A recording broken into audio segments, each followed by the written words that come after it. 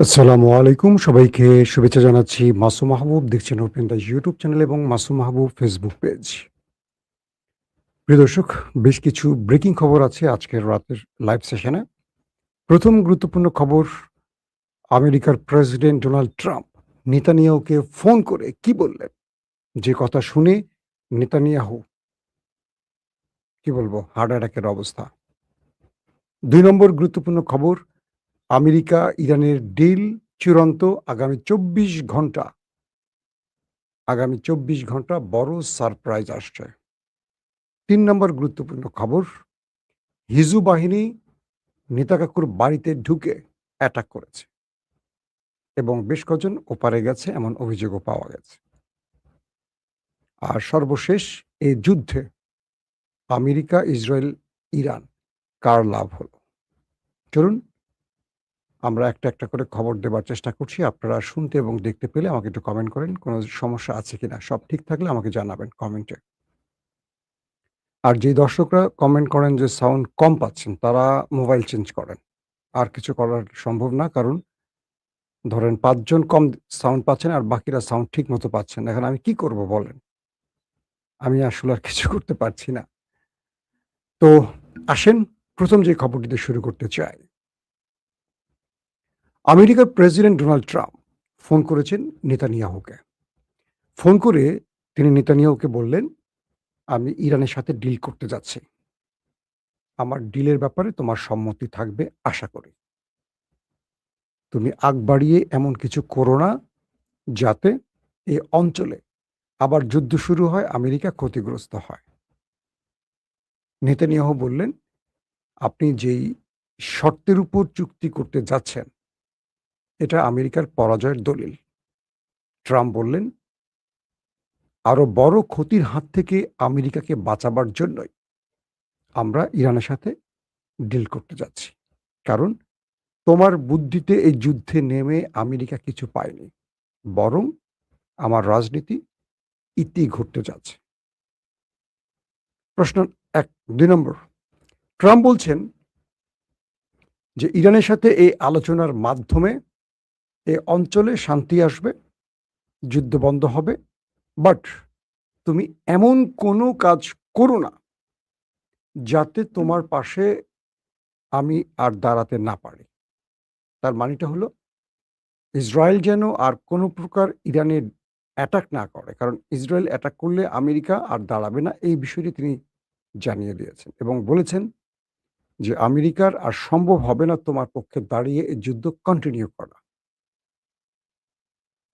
এবং ট্রাম্প তার যারা মিত্র তাদেরকে এই ব্যাপারটি জানিয়ে দিয়েছেন যে তিনি ইরানের সাথে ডিল করতে যাচ্ছেন।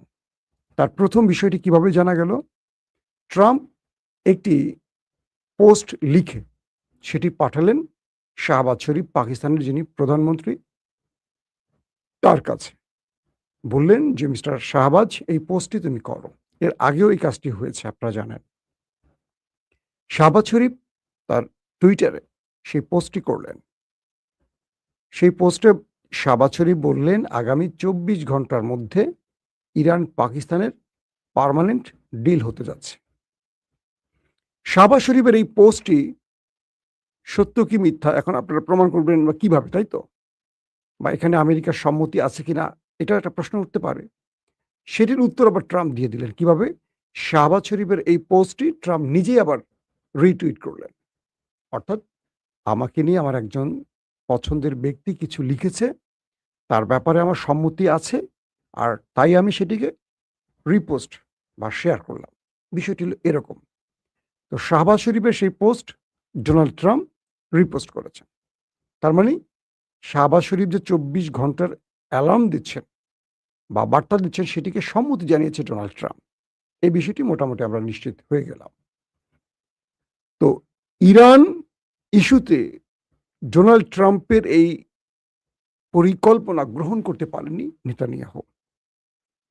কয়েকটি সূত্র দাবি করছে নেতানিয়াহু ভীষণ ক্ষেপে আছেন ডোনাল্ড ট্রাম্পের উপর এবং তার মিত্রকে অর্থাৎ নেতানিয়াহু তার মিত্রদেরকে জানিয়েছেন তিনি ইরানে আক্রমণ করতে চান এবং তিনি ইরানের তেল ক্ষেত্রগুলোকে টার্গেট করে এবার বড় আকারে আক্রমণ করবেন। কে? নেতানিয়াহু। এবং এতে করে যদি এই অঞ্চলে আরো দীর্ঘমেয়াদী যুদ্ধ শুরু হয় সেটাকে সে কন্টিনিউ করবে। কে? নেতানিয়াহু। আমেরিকা না। তিনি তার মিত্রকে বললেন যে, "এই যুদ্ধে আমেরিকা হেরে গেলেও ইসরায়েল হারবে না। ইসরায়েল থাকবে লড়াইয়ের মাঠে।" আর ট্রাম্প নেতানিয়া ট্রাম্প নেতানিয়াহুকে বললেন, "তুমি যদি আর কোনো প্রকার মিসঅ্যাডভেঞ্চার করো, আমেরিকাকে পাশে পাবে না।" তাহলে প্রশ্ন ওঠে, এই লড়াইতে আমেরিকাবিহীন ইসরায়েল ইরানের সাথে লড়াই করতে পারবে? এই প্রশ্নের উত্তরে নেতানিয়াহু বলছেন, "প্রয়োজনে নিউক্লিয়ার অ্যাটাক হবে।" আজ পর্যন্ত ইসরায়েল অ্যাডমিট করছে না, স্বীকার করছে না যে তার কাছে নিউক্লিয়ার আছে। পুরো পৃথিবী জানে তার কাছে নিউক্লিয়ার আছে। কিন্তু ইসরায়েল অফিসিয়ালি স্বীকার করছে না। কিন্তু সেই ভেতরের খবর বলছে ইসরায়েল প্রয়োজনে ইরানে নিউক্লিয়ারের হুমকি দিয়ে বসে আছে। প্রশ্ন হলো, যদি সত্যিকার অর্থে ইসরায়েল ইরানে অ্যাটাক করে বসে, আর ইরান যদি শক্ত পাল্টা জবাব দেয়, আমেরিকা কি চুপ থাকবে? ১। ২ নম্বর বিষয় হলো ২-২.৫ হাজার মাইল দূর থেকে ইসরায়েল তার ফাইটার জেটগুলো ইরানে আক্রমণের জন্য পাঠাবে। তাকে রিফুয়েলিং করবে কারা? অর্থাৎ এই ফাইটার জেটগুলোকে আকাশে তেল ভরে দেবে কে? আমেরিকা ছাড়া এই কাজটি তো আর কেউ করতে পারবে না। অথবা মধ্যপ্রাচ্যের কোনো রাষ্ট্রে ইসরায়েলকে নামতে হবে। কোনো একটা ঘাঁটিতে নেমে তেল ভরে আবার ইরানে অ্যাটাক করতে হবে। আবার যাওয়ার সময় একইভাবে তেল ভরে যেতে হবে। এটা কি সম্ভব? কারণ ইসরায়েল ইরানে মূলত অ্যাটাক করে যুদ্ধ বিমান এবং ড্রোনের মাধ্যমে। আর ইরান অ্যাটাক করে মিসাইল এবং ড্রোনের মাধ্যমে। তো ইসরায়েলকে তেল দেবে কে? রিফিলিং করবে কে? তাহলে কি নেতানিয়াহু এবং ট্রাম্পের মধ্যে এই বিরোধটা অন্যদিকে যাচ্ছে? হ্যাঁ, যাচ্ছে। কি যাচ্ছে সেটা? আমেরিকার প্রেসিডেন্ট ডোনাল্ড ট্রাম্পকে ক্ষমতার চেয়ার থেকে এবার সরাতে পারেন নেতানিয়াহু। কারণ এই কাজটি তারা ভালো করতে পারে। তারা যেমন মারতে পারে, ক্ষমতার চেয়ার থেকে সরাতে পারে। কিরকম? সাম্প্রতিক BBC, CNN, new York time এরকম বহু গণমাধ্যমে আপনারা দেখেছেন। আরো অনেকগুলো ওয়াশিংটন পোস্ট, ব্লুমবার্গ অনেকগুলো গণমাধ্যমে এসছে। মার্কিন যুক্তরাষ্ট্রের প্রেসিডেন্ট ভবনে, হোয়াইট হাউসে ইসরায়েল তার চিফ বসিয়ে রেখেছে। গোয়েন্দা সফটওয়্যার বসিয়ে রেখেছে। পেন্টাগন তাদের যে সামরিক সদর দপ্তর, তাদের গুরুত্বপূর্ণ রাষ্ট্রীয় কাঠামোগুলো যেখান থেকে পরিচালিত হয়, সেখানে ইসরায়েল গোয়েন্দা বৃত্তই চালাতো আমেরিকার বিরুদ্ধে। এটা নিয়ে পুরো তুলকালাম ঘটে গেছে আমেরিকার ভেতরে। যে আমেরিকার প্রেসিডেন্ট ডোনাল্ড ট্রাম্প কার সাথে কি বলছেন, কোন চুক্তি করছেন, কোন প্ল্যান করছেন, প্রতিটি ব্যাপার তিনি গোপন রাখতে চাইতেন তার নিজস্ব অফিসিয়ালদের সাথে। কিন্তু এগুলো প্রতি মুহূর্তে ইসরায়েল ঘরে বসে জেনে যেত, ইসরায়েলের মোসাদ জেনে যেত। কারণ সেখানে এই স্পাইস সফটওয়্যারগুলো বসানো ছিল।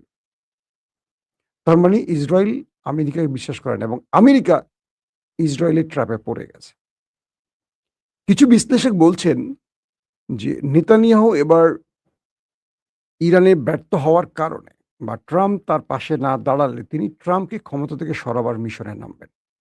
এটি নেতানিয়াহুর পরবর্তী ধাপ হবে। কিভাবে নামাবেন, কি করবেন সেটি হয়তো সময়ের আলোকে বোঝা যাবে। তো ট্রাম্প এই যুদ্ধ থেকে তিনি ফিরে যাচ্ছেন আপাতত এটুকু মনে হচ্ছে, যদি না কোনো পাগলামি করেন আর।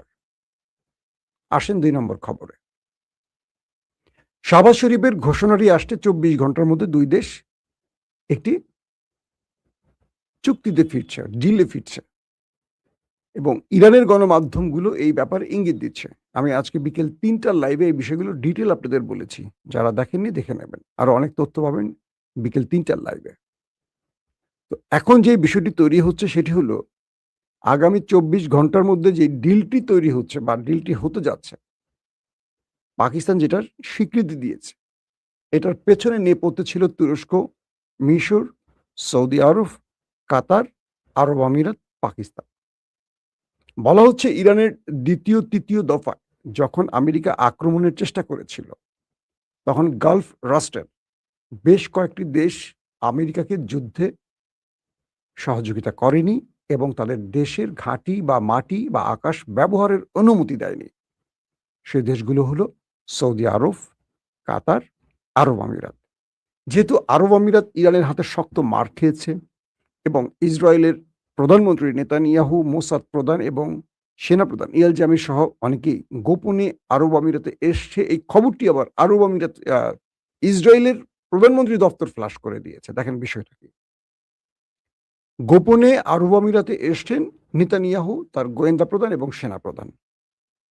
যখন নেতানিয়াহু ব্যর্থ হলেন আরবদেরকে ইরানের বিরুদ্ধে যুদ্ধে নামাবার ব্যাপারে, যখন আমেরিকা এবং ইসরায়েল শত চেষ্টা করে ব্যর্থ হলো, যখন মুসলিম রাষ্ট্রগুলো ইরানের বিরুদ্ধে প্রকাশ্যে যুদ্ধে নামলো না, তখন ইরানের মার খাওয়াবার জন্য, মানে ইরানের হাতে ওদেরকে মার খাওয়ানোর জন্য হঠাৎ করে নেতানিয়াহুর অফিস, প্রধানমন্ত্রীর অফিস থেকে বলা হলো যে, খবর আসলো গণমাধ্যমগুলোতে যে ইসরায়েলের প্রধানমন্ত্রী, মোসাদ প্রধান এবং সেনাপ্রধান গোপনে আরব আমিরাত সফর করেছে। যদিও পরবর্তী এই খবরটিকে না করবে অস্বীকার করেছে আরব আমিরাত, কিন্তু আরব আমিরাত বুঝতে পেরেছে তাদেরকে যুদ্ধে নামাবার জন্য এই খেলাটি খেলেছে। তখন আরব আমিরাত বাধ্য হয়ে ইরানের সাথে গোপনে একটা ডিল করেছে যে, তোমাদের যে অর্থ $10 বিলিয়ন মার্কিন ডলার আমাদের দেশে ফ্রিজ হয়ে আছে, জব্দ হয়ে আছে, এটা ফেরত দেব। তোমাদের সাথে আমরা সামরিক বা গোয়েন্দা, অর্থাৎ যেটাকে আমরা বলি যে গোয়েন্দা তথ্য আদান প্রদান বা এজেন্সিরা যেই কাজগুলো করে, আমরা একটা শেয়ারিং করব, চুক্তি করব যে আমরা একে অপরের গোয়েন্দা তথ্য আদান প্রদান করব। আরো কিছু বিষয়, বাণিজ্যিক কিছু বিষয় আসবে। ইরান এটাকে লুফে নিল, বলল ওকে, কারণ ইরানের এই মুহূর্তে অর্থের প্রয়োজন। আবার মুসলিম দেশগুলোকে শত্রু বানিয়ে ইরানের লাভ নাই। সে যেহেতু মোড়লগিরি করতে চায়, এই দেশগুলোকে তার কন্ট্রোলে রাখা জরুরি। ইরান রাজি হলো। আরব আমিরাত ভেতরে ইরানকে বলল, আমরা আর আমাদের ঘাঁটি ব্যবহার করতেও দেব না, আক্রমণ করব না, বিশ্বাস রাখো। দেন তারপর ইরান আরব আমিরাতে আক্রমণ বন্ধ করে দিল। সৌদি আরবে আক্রমণ করলো না, কাতারে করলো না। 3টি দেশ আবার আমেরিকা চাপে পড়লো, আমেরিকাকে ঘাঁটি ব্যবহারের অনুমতি দিল। কারা? Bahrain, Jordan, Kuwait. ইরান এদেরকে শক্ত মাইর দিল। ট্রাম্প যখন বুঝলেন যে 3টি দেশের ভেতর থেকেও চাপ আসছে ট্রাম্পের উপর, এরাও বলছে যে আর আমাদের কত মাইর খাওয়াবো, আমাদের বাকি মিত্ররা মুসলিম রাষ্ট্রগুলো তো সরে গেল, ট্রাম্প তোমরা আমাদেরকে আর শেষ করো না। বাহরাইন বলল, জর্ডান বলল, কুয়েত বলল।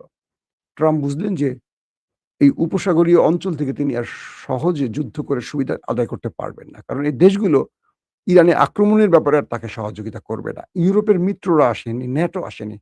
এক ইসরায়েলকে নিয়ে এই যুদ্ধে জয়লাভ সম্ভব নয়। ট্রাম্পকে এখানে উইন উইন সিচুয়েশনে বিদায় নেওয়ার জন্য এখন ডিলের বিকল্প কিছু নাই।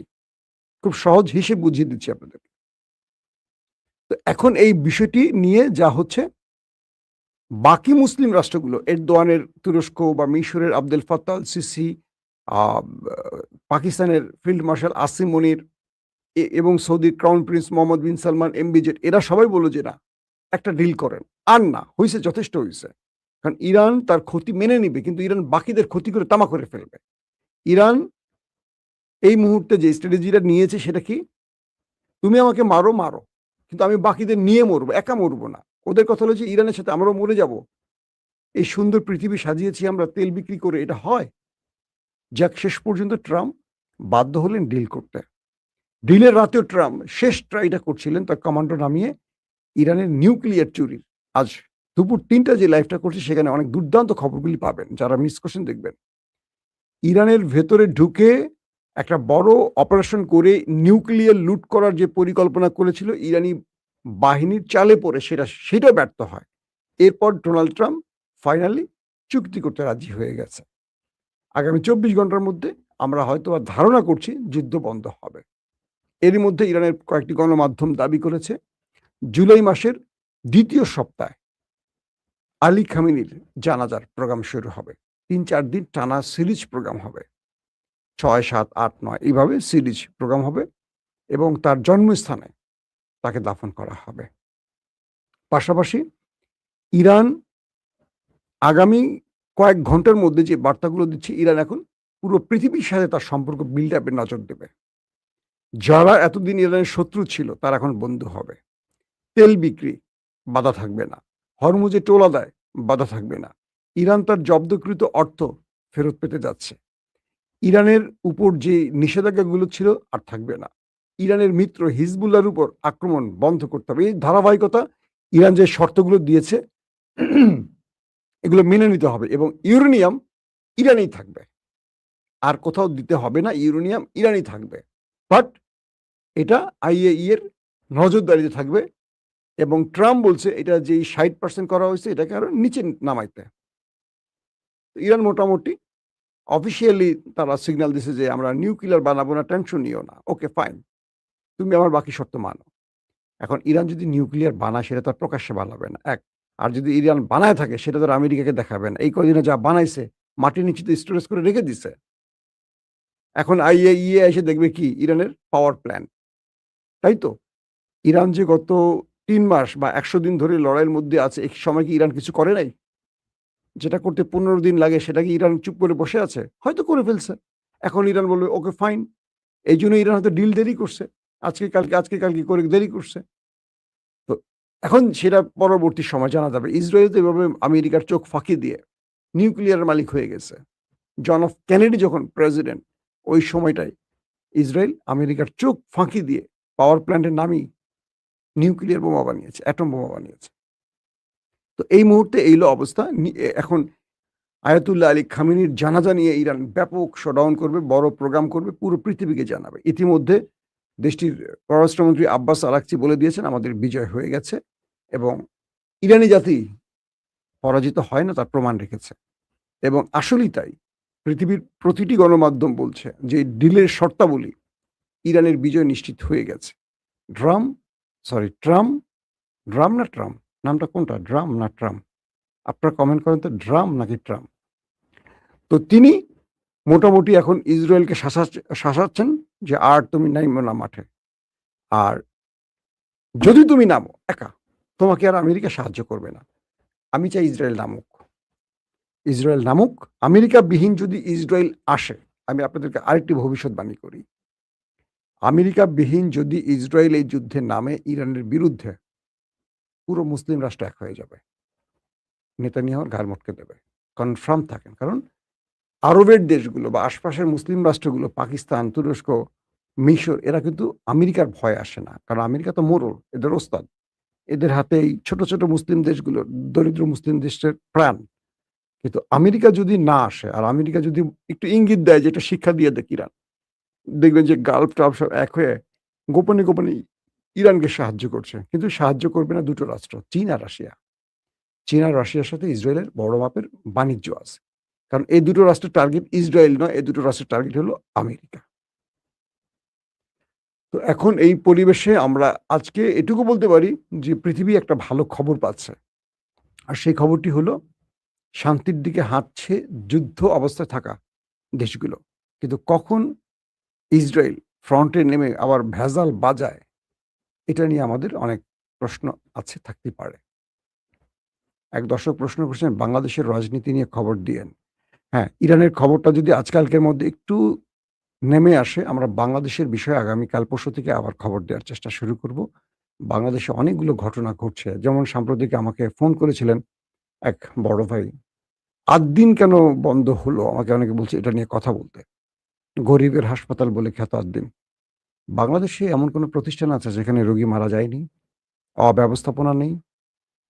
একটা রাষ্ট্রে সরকারের ১০০ দিনে ৬০০ মানুষ মারা গেছে। এখন কি আমরা সরকারের লাইসেন্স বাদ দিয়ে দিব? সরকারকে বলব যে ৬০০ মানুষের প্রাণ গেছে, আপনি সরে যান? আমি বুঝি না। যদি দুর্নীতি হয়, যদি কোনো সমস্যা হয়, সেই সংশ্লিষ্ট ব্যক্তিদেরকে ব্যবস্থায় আনতে হবে। একটা প্রতিষ্ঠানের পুরো কার্যক্রম বন্ধ করে দেয়া কতটুকু উচিত? নাকি আদ-দ্বীন নামটা সমস্যা আছে, যেমন ইসলামী ব্যাংকের সমস্যাটা আছে। যা কিছু আওয়ামী লীগ পারেনি, তা বিএনপিও পারবে না। আওয়ামী লীগ ১৫.৫ বছর যা কিছু করেছে তার প্রথম ৫-১০ বছরে করেনি, শেষের দিকে এসে করেছে। কেন যেন মনে হচ্ছে বাংলাদেশ ভুল লাইনে পা রাখছে। আশা করি, আমার তারেক রহমানের প্রতি আস্থা আছে, তিনি লাইন ঠিক করে ফেলবেন। যদি ঠিক না করেন,